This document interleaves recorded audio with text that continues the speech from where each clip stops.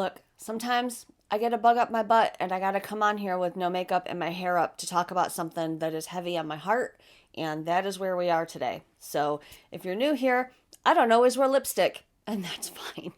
But today I want to talk about not using rest as a reward, because it occurred to me that somewhere between childhood naps and adult burnout, we collectively decided that rest could be used as a little treat. You've been such a good little soldier today. Why don't you treat yourself with laying on the couch and scrolling on your phone for 3 hours? What the hell happened? When did sleep or sitting down or simply not doing anything become something you have to earn? I swear I could mop the floor, fold laundry, finally answer a text from 2 weeks ago, and my brain will whisper, okay, but you still haven't done enough to earn laying down. Excuse me? Who is keeping score on this? Is there a productivity goblin somewhere with a clipboard saying, I don't think that counts as real work unless there was a spreadsheet involved? Rest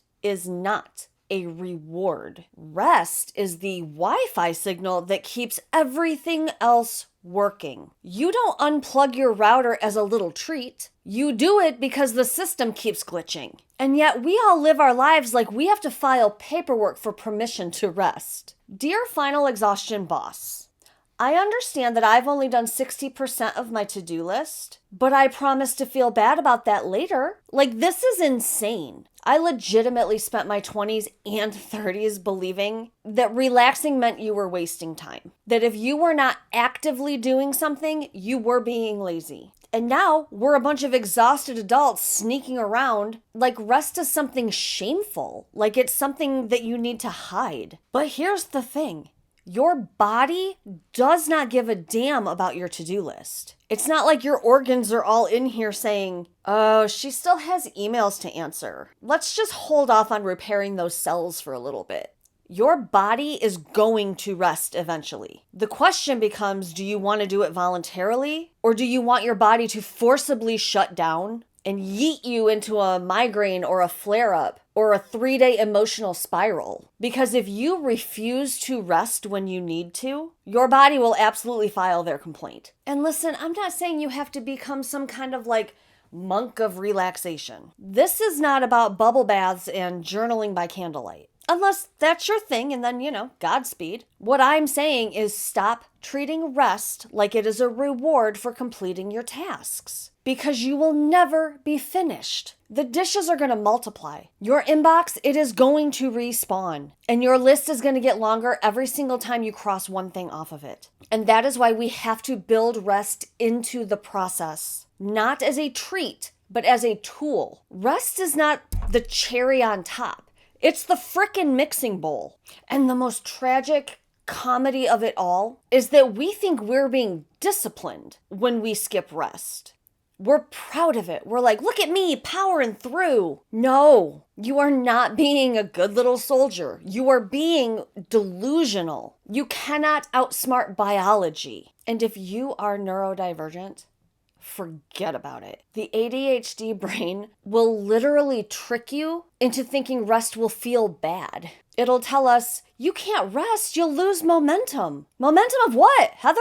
The chaos train? We are already off the rails. And then there's our dopamine thing, right? Because ADHD brains don't really get a dopamine hit from resting. We get it from check marks and doing interesting things. So when we're tired, instead of taking the rest, we just task switch. You lay down to rest and suddenly your brain is like, actually, this would be the perfect time to reorganize our sock drawer or alphabetize our DVDs or look up the average lifespan of sea turtles. 50 to 100 years, depending on the species. Go ahead and hit that like button if you were afraid I wasn't going to look that up for you.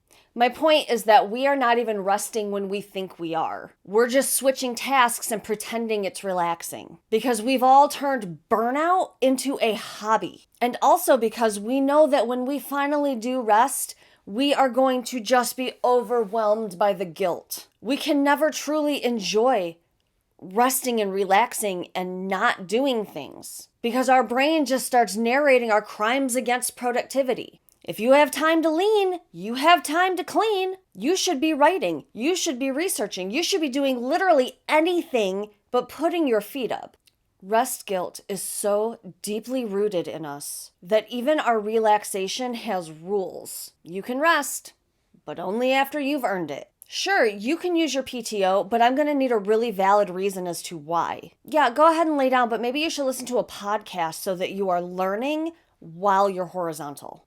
We have weaponized rest against ourselves. We've turned recovery into one more task we have to optimize. And I mean, is it any wonder that this is where we've ended up? We live in a culture that worships hustle, rise and grind, girl boss energy. Apologies to men and my non-binaries. I'm sure that there are toxic ass phrases for you embroidered on throw pillows as well. Ours are just pink and glittery and in our faces every freaking day. This hustle narrative is so baked into our lives that resting now feels like absolute rebellion. And honestly, good. Rebel. Be a cozy little anarchist in fuzzy socks. Take your nap like it is an act of resistance, because it is. If you want to stop using rest as a reward, you have to start looking at it for what it is. Maintenance. Think of yourself as like a car. You don't wait until your engine seizes up to change the oil. I hope. You don't tell yourself, I'll refuel in another 300 miles even though the gas tank's on E. You keep it running by stopping before it completely breaks down. And I know that some of you are thinking, I literally don't have time to rest. And babe, you don't have time not to. You are wasting more time being tired and trying to power through than you would by taking a 30-minute nap. It's like trying to sprint with your shoes tied together and wondering why you keep face planting. We have got to rewire the language that we use around rest. Instead of, I deserve to rest, tell yourself, I require rest. You don't deserve air, you need air. And the same goes for rest. And I know, I can hear the wheels turning in your head, but Dakota, how do I actually do it? How do I rest without guilt or self-sabotage?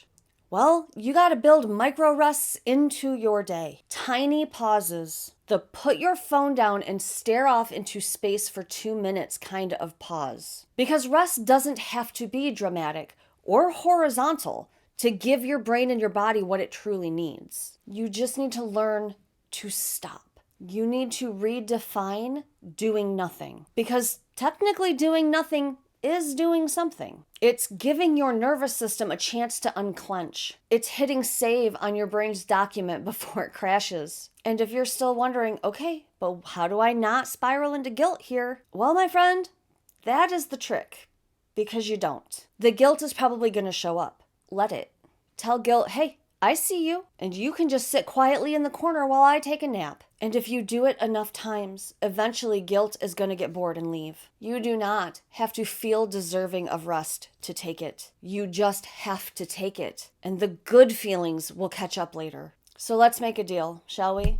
Let's stop waiting for the world to tell us that we have done enough. Let's stop using rest as a bribe for productivity. And let's start using rest as our foundation. The one thing that lets everything else actually work. Because the goal is not to earn a break. The goal is to stop breaking. I want to thank you so much for hanging out with me today. I hope that you got something out of this video. It was really heavy on my heart, and I really wanted to come talk to you in whatever way I could sit down with the camera right now and talk about it before I lost my fire.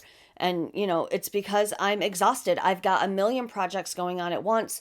And I found myself, every time I would sit down, I would remember something and get up. I did probably 50 squats today, just sitting down and getting up, sitting down and getting up. And I'm like, I have to talk about this because this is insane. Everything in my body is screaming for a break, except for my brain, which just keeps telling me, go, go, go, go, go, and I cannot go anymore. So what did I do? I came to record a video and do more work so that I could tell you, you need to rest. So I don't know. It's not always logical and it is not an easy process, but it is a worthwhile process. And, you know, if you don't take the rest that you need, the rest you need is going to hit you like a brick and your body's going to force you to take it anyway. So take it when 20 minutes is going to be enough, and don't wait for to get crushed under the weight of 3 to 5 to 7 days of burnout because you just couldn't stop pushing. And no, it's not going to be easy, but it is going to be so, so worth it. Please don't forget to smash all those YouTube buttons for me and leave me a comment below about anything you want, because I just want to hear from you. I want to hear how you're doing. I love you so much, and I will see you next time. Bye.